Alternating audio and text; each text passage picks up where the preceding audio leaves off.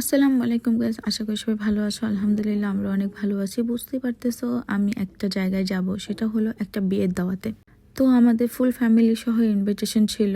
তো এটা রাত্রের ডিনার।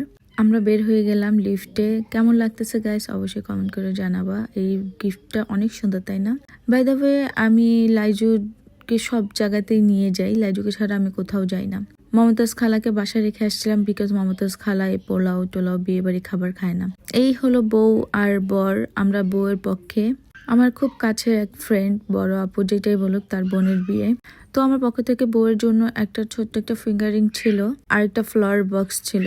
দেন আমি স্টেজে যাই, ছবি টবি তুলি, আমার পক্ষ থেকে বউকে পড়াই দেই। বউকে দেখতে মাশাআল্লাহ অনেক সুন্দর লাগতেছিল, হাজবেন্ডকেও খুব সুন্দর লাগতেছিল। নিউ কাপল, দোয়া করি আল্লাহ তাদের ভালো রাখুক, সুস্থ রাখুক, তাদের মনের আশা পূরণ করুক। আসলে আপুটা খুব ভালো মনের মানুষ। অবশ্যই ভালো মনের মানুষগুলো ভালোই হবে ইনশাল্লাহ। তো এই তো আমার গিফট দেওয়া শেষ। এখন আমরা নিচে যাব খাওয়ার জন্য ফ্যামিলি সহ। বউয়ের ফ্যামিলি, হাজবেন্ডের ফ্যামিলি সহ আমরা একই টাইমে খেতে বসি।